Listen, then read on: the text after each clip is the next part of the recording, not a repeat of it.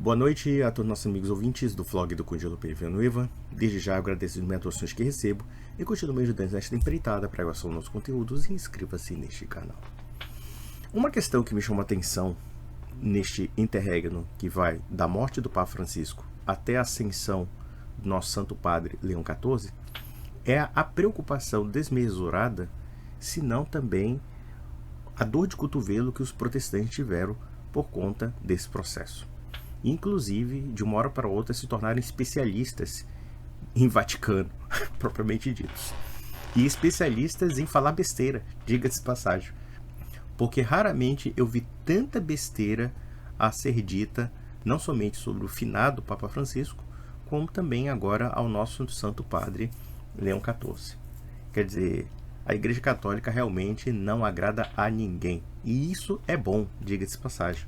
Porque no final das contas a Igreja Católica é muito mais leal à verdade do que as opiniões oscilantes do momento.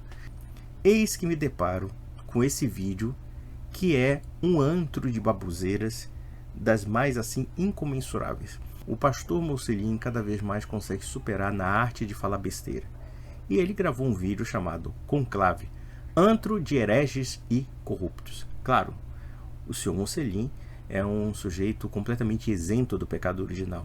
Na verdade, não é a Virgem Maria que nasceu concebida sem pecado. É o próprio pastor Mocelin, esse homem da perfeição divina. Só falta dizer que é o verbo encarnado. Mas tudo bem, isso aí, claro que nem ele comete esse exagero, embora ele acredite em muita bobagem.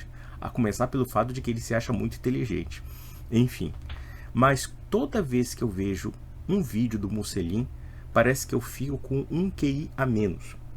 Dizem que o brasileiro médio tem QI 83.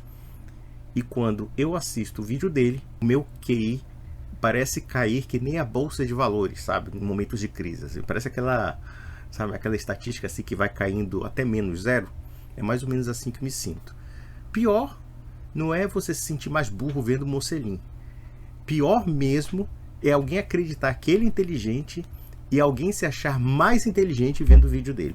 Isso é realmente surpreendente quando um pastor que tem centenas de milhares de seguidores é realmente levado a sério quando fala de coisas que não entende e que não tem domínio algum.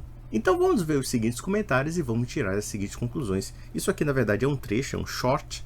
Eu não tive saco de comentar 18 minutos de baboseira, então vamos pegar aqui talvez as ideias principais do vídeo. Vejamos. Como é lindo, né, o conclave, aquela... Gente, a Capela Sistina é um negócio de arrepiar de beleza. Então eles têm que evocar isso, porque já que não tem verdade, aí tem que falar da beleza da capela. Observe uma coisa muito interessante que revela realmente o grau de inteligência mediana para baixa do Sr. Mocelin. Ele está dizendo que a Capela Sistina, pintada por um grande artista, talvez um dos maiores da história, chamado Michelangelo, não tem verdade. Só tem beleza. É como se aquilo fosse um ornamento vazio, segundo ele. Convenhamos, Sr. Mocelin, vamos ser bem sinceros. O que é a Capela Sistina, com a sua beleza vazia, perto da sua igrejinha de merda, elevada a galpão, que é a tipificação da decadência da arquitetura moderna? E vamos mais além. Alguém dizer que aquela beleza da Capela Sistina não tem verdade, então você está dizendo que Michelangelo, quando pintou aquilo, não quis expressar, por exemplo, a beleza da criação. Pois nós vemos na Capela Sistina a representação de Adão e Eva, por exemplo, e a representação de Deus como uma figura de um ancião. Claro que aquilo ali é apenas uma representação, porque Deus Pai não se apresenta no Antigo Testamento. Evidentemente que existe alguma analogia relacionada à figura do pai e à figura de um idoso, mas evidentemente que nós católicos sabemos que aquilo é apenas uma simbologia. No entanto, o pastor Mocelin deve se achar muito cheio de si, deve se achar muito cheio da plena virtude, quando nós vamos para o galpãozinho dele, que ele chama de igreja, afirmando que aquilo realmente tem beleza e tem verdade, quando na prática aquilo é a representação mais completa da decadência do Ocidente, a representação da feiura arquitetônica, da feiura estética das nossas cidades, a feiura estética das igrejas protestantes. Se vocês acham que a verdade é feia, ou que a verdade não tem beleza, paciência. Mas eu posso dizer, a Capela Sistina tem beleza e tem verdade, e verdade evangélica, justamente porque ali está sendo representada a Bíblia numa obra de arte. Vejam, por exemplo, se os cristãos não pintassem seus quadros representando as cenas dos evangelhos, ou mesmo as cenas da criação, ou mesmo qualquer cena da Sagrada Escritura. E eu posso dizer aqui não somente de pintores católicos, mas até mesmo pintores protestantes. Rembrandt, por exemplo, que era um pintor protestante, ele mesmo descreveu cenas não somente do Antigo Testamento, como também dos Evangelhos. E as representações do Antigo Testamento que ele fazia nas pinturas era de judeus sefarditas, porque havia uma comunidade judaica portuguesa na Holanda e ele conhecia essa comunidade. E muitos dos retratos que ele faz de profetas, ou então de figuras bíblicas, ele toma justamente dessa comunidade judaica. Aí eu pergunto para vocês uma coisa: não haveria beleza na representação de Rembrandt? Como também não haverá beleza na representação de Michelangelo? Ou mesmo de outras pinturas do Renascimento, como a Última Ceia, que foi pintada numa parede, num refeitório de um mosteiro? No caso, Leonardo da Vinci? Ou mesmo as representações da pintura holandesa do século XV? Ao que parece, o Mocelin representa realmente aquela mediocridade burguesa no seu pior nível. Ele não consegue dimensionar o estético. E mesmo que alguém não seja católico, e ninguém precisa ser católico para contemplar a beleza da Capela Sistina, e não somente a beleza, mas a autenticidade mesma daquela arte. E isso eu posso falar de um apreciador de pintura como eu, que também gosta das pinturas de Rembrandt, que era protestante. Então nós temos que ver o seguinte, que o ressentimento desse homem é tão grande que ele nega validade e beleza e verdade à arte. E no caso, a arte do Renascimento. Mas vamos lá. Tipo, os judeus da época de Jesus, lembra? Jesus não tinha nada. Só tinha verdade. E eles ficavam se vangloriando do templo. É basicamente o que a Igreja Católica faz.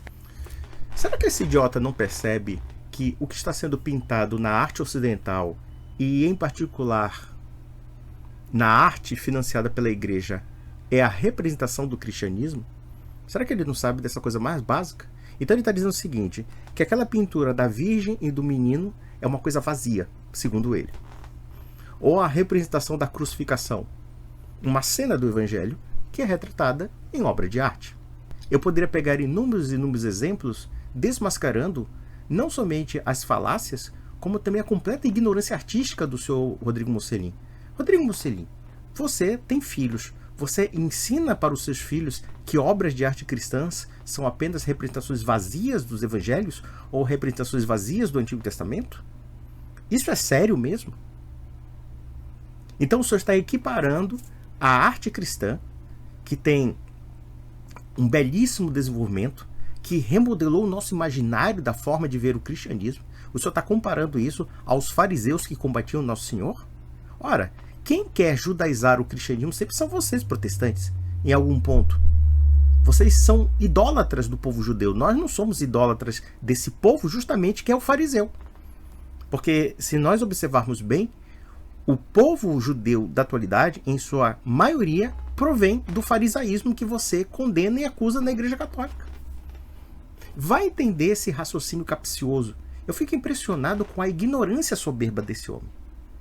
E vejam que esse tipo de mentalidade iconoclasta do protestantismo brasileiro, que é importado evidentemente do radicalismo sectário e da burrice protestante norte-americana, basicamente contamina a mentalidade brasileira e realmente nos emburrece, porque, quer dizer, um evangélico não seria capaz de apreciar uma obra artística. Eu vejo Augusto Nicodemos no Vaticano, isso tem um vídeo circulando por aí, esse pastor calvinista, presbiteriano, em que ele vê as obras do Vaticano e começa a dizer sola escritura, sola graça, sola fide, soli Deus glória e não sei o quê. Eu digo, vocês são dois idiotas. Tem que ser dito na cara de vocês. Dá vontade de dizer na cara de um velho desse. Olha, vem cá, você foi no Vaticano para chegar a essa conclusão imbecil? Isso mostra o nível intelectual de um mosquito da dengue. O nível intelectual de uma anta. De uma anta. Porque eles não sabem dissociar cognitivamente uma visão teológica de uma visão artística. Repito, eu que sou católico aprecio obras de arte protestantes, como no caso de Rembrandt e de muitos outros pintores holandeses. Como apreciador de música, eu sou amante da música de um luterano chamado Johann Sebastian Bach. Eu não serei tão idiota o suficiente para pressupor que apreciar as obras de Bach me façam necessariamente luterano. Não tem nada a ver uma coisa com outra. A música de Bach pode ser usada tanto para a igreja luterana quanto para a igreja católica. Até porque Bach compôs missas, Bach compôs o Magnificat, e muitos protestantes não sabem que os luteranos têm reverência pela Virgem Maria, pelo menos os luteranos tradicionais. Eles têm alguma reverência pela Virgem Maria. Não é a nossa reverência, evidentemente, mas eles têm alguma reverência. E é por isso mesmo que Bach compôs o Magnificat. E compôs missas lindas. Aí quer dizer que eu vou marginalizar o talento e a genialidade de Johann Sebastian Bach porque ele é luterano? Aliás, não somente Bach, mas a música luterana em geral é muito bonita e tem que ser dita, com todos os problemas da teologia luterana. E eu poderia catalogar aqui várias obras do repertório luterano, por exemplo, Heinrich Schütz, Johann Pachelbel e assim sucessivamente, e nem por isso eu vou negligenciar o meu gosto pela música por questões teológico-religiosas. Isso é uma visão de um sectarismo muito emburrecedor, não? Vamos lá. Pensando então aqui no conclave, uma reunião secreta em que os cardeais elegem o Papa. Os articulistas escreveram como se fosse uma reunião de anjos. Isso não tem nada a ver uma coisa com a outra. Na verdade, nós temos uma cerimônia que remonta a tempos imemoriais. Claro que no caso o cardinalato ela é uma introdução medieval no sentido da eletividade do Papa. Mas isso não constitui nenhum problema, porque a sucessão apostólica é uma tradição que existe desde a era apostólica. Isso é muito registrado historicamente. Só uma pessoa muito imbecil, muito ignorante é que não sabe disso. Mas vamos lá. Mas diferentemente do que o Lucas disse, sempre foi assim. Política, disputa de poder, negociação, compra de voto. Sempre foi assim. Cardeais orando em busca do Espírito Santo para saber quem deve ser o novo Papa. Interessante, esse cara fala como se o mundo protestante fosse um primor de santidade. Bancada evangélica que o diga. Não tem nenhuma negociação política, nenhuma troca de cargos públicos, nem compra de votos do Congresso. Não. Esse pessoal aqui é o cúmulo da santidade. E veja que os problemas relacionados ao conclave nunca negamos, historicamente, muito pelo contrário, nós até afirmamos. Só que existe um porém. Independentemente dos bons e maus papas, dos bons e maus conclaves, a questão é que a igreja conseguiu se sustentar. A igreja conseguiu se preservar. Isso nós não podemos dizer do protestantismo. O protestantismo está cada vez mais degringolando. E é interessante que, em boa parte do vídeo dele, ele adora encher a boca para atacar o fato dos chamados cardeais heréticos, os cardeais pró-LGBT, pró-agenda woke, pró-agenda subversiva da moral da igreja. E aqui nós tiramos duas conclusões que parece que o Moncelier, muito cego no seu fanatismo, não consegue ver. Primeiro ponto, o Papa Francisco, em nenhuma situação, fez alguma concessão à doutrina católica no que diz respeito à indissolubilidade do casamento e à formação da família entre homem e mulher. Justamente o contrário. Ele reafirma sempre na Amoris Laetitia, como também em vários outros documentos e também algumas declarações. O máximo que o Papa Francisco demonstra muitas vezes é um problema na pastoralidade, porque no afã muitas vezes de ser bastante misericordioso, ele poderia parecer ser favorável ou licencioso, mas em nenhum momento nós observamos alguma declaração dizendo, olha, o casamento gay tem que ser equiparado ao matrimônio. Ele nunca falou isso. Pode parecer realmente confusa a sua explanação ou coisa parecida, mas isso é uma outra questão. Mas em nenhum momento, do ponto de vista doutrinário, do ponto de vista documental da igreja, ele mexeu no âmbito do matrimônio. E vejam que as críticas a Amoris Laetitia estão relacionadas ao fato da comunhão dos recasados. E houve uma reação furiosa com relação a isso. Essa reação furiosa, longe de provar a crise da igreja ou coisa parecida, mostra justamente o contrário. Mostra a força da concepção católica do casamento a despeito de toda a decadência do casamento na atualidade. Porque, por exemplo, muitos católicos se divorciam, muitos católicos não sabem o que é a verdadeira noção do casamento, mas o princípio subsiste. E esse princípio é tão forte que mesmo um papa que queria, por uma questão de misericórdia, de piedade, de compaixão, dar comunhão aos descasados, por entender muitas vezes que no primeiro casamento eles seriam ignorantes do casamento e assim sucessivamente, quer dizer, a reação foi feroz. E ele foi duramente criticado por isso. E agora o papado vai recuar com relação a isso. Leão XIV provavelmente vai recuar com isso e ele vai ter que reformular isso. Então, observem duas coisas interessantes. O Papa Francisco tocou numa questão que é interessante sobre a situação dos descasados, a situação daquelas pessoas que têm uma vivência homossexual excessivamente, mas talvez ele fosse um tanto temerário em certas conclusões, ainda que ele querendo ser misericordioso, ainda que ele querendo ser piedoso. Só que, claro, existe uma linha tênue entre a piedade e a licenciosidade. Então, ele chegou a um ponto assim muito perigoso, e mesmo assim a igreja recua. Então vejam que um conclave, e falaram tão desse conclave, vai surgir um papa progressista. Aconteceu justamente o contrário. Nós temos um papa muito moderado, muito compenetrado e que está dando a entender claramente que vai defender a ortodoxia católica. Mas vamos fazer a comparação do catolicismo, que está engatinhando nisso e cada vez mais reforçando a sua moralidade, e as seitas protestantes. E mesmo as igrejas da Reforma Protestante, os luteranos, os anglicanos e os calvinistas já aderiram a todas essas agendas políticas. Agenda woke, agenda LGBT, excessivamente. Aí vocês ficam gritando, são hereges, hereges. Mas é no seu quintal, senhor Mocelin, tá? É no seu quintal. Não existe nenhum documento papal sequer afirmando nem a possibilidade de legitimação do casamento gay. Não existe nenhum indício nesse sentido. Então, o quintal protestante está muito mais sujo do que o quintal da igreja. A tendência é a igreja se fechar mais e não se abrir. É isso que nós estamos vendo. Mesmo a tentativa do Papa Francisco de ser conciliador entre a flexibilidade, mas ao mesmo tempo a sã doutrina,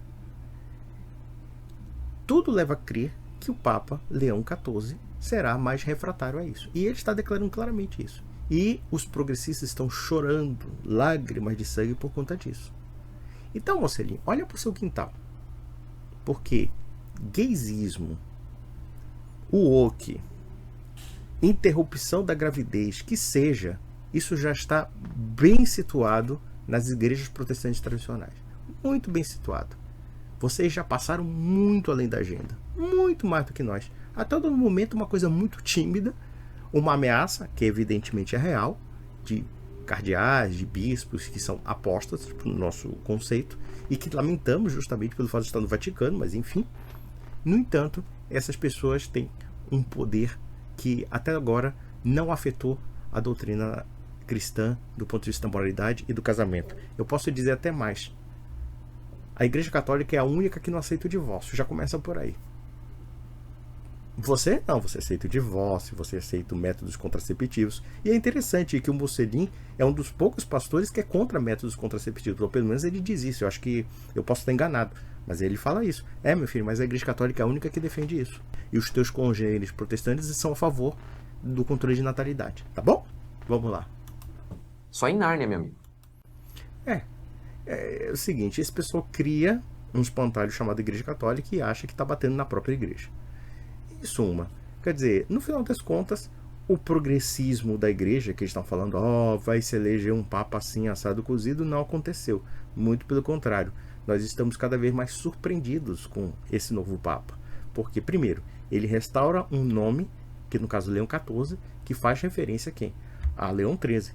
E Leão XIII é um dos maiores papas da nossa história.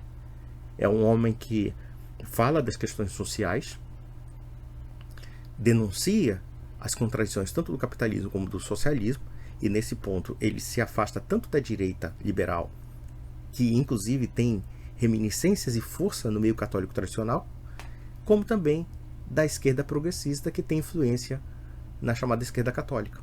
Então ele se coloca acima, e é mais interessante ainda que ele mesmo se colocando acima, ele, por outro lado, tenta restaurar a questão da ortodoxia, falar da missa, falar da tradição, falar da espiritualidade, dentre outras coisas. Isso aí realmente é o que está sendo impactante para os católicos. E eu acho isso muito, muito bom. Então, meus amigos, um grande abraço.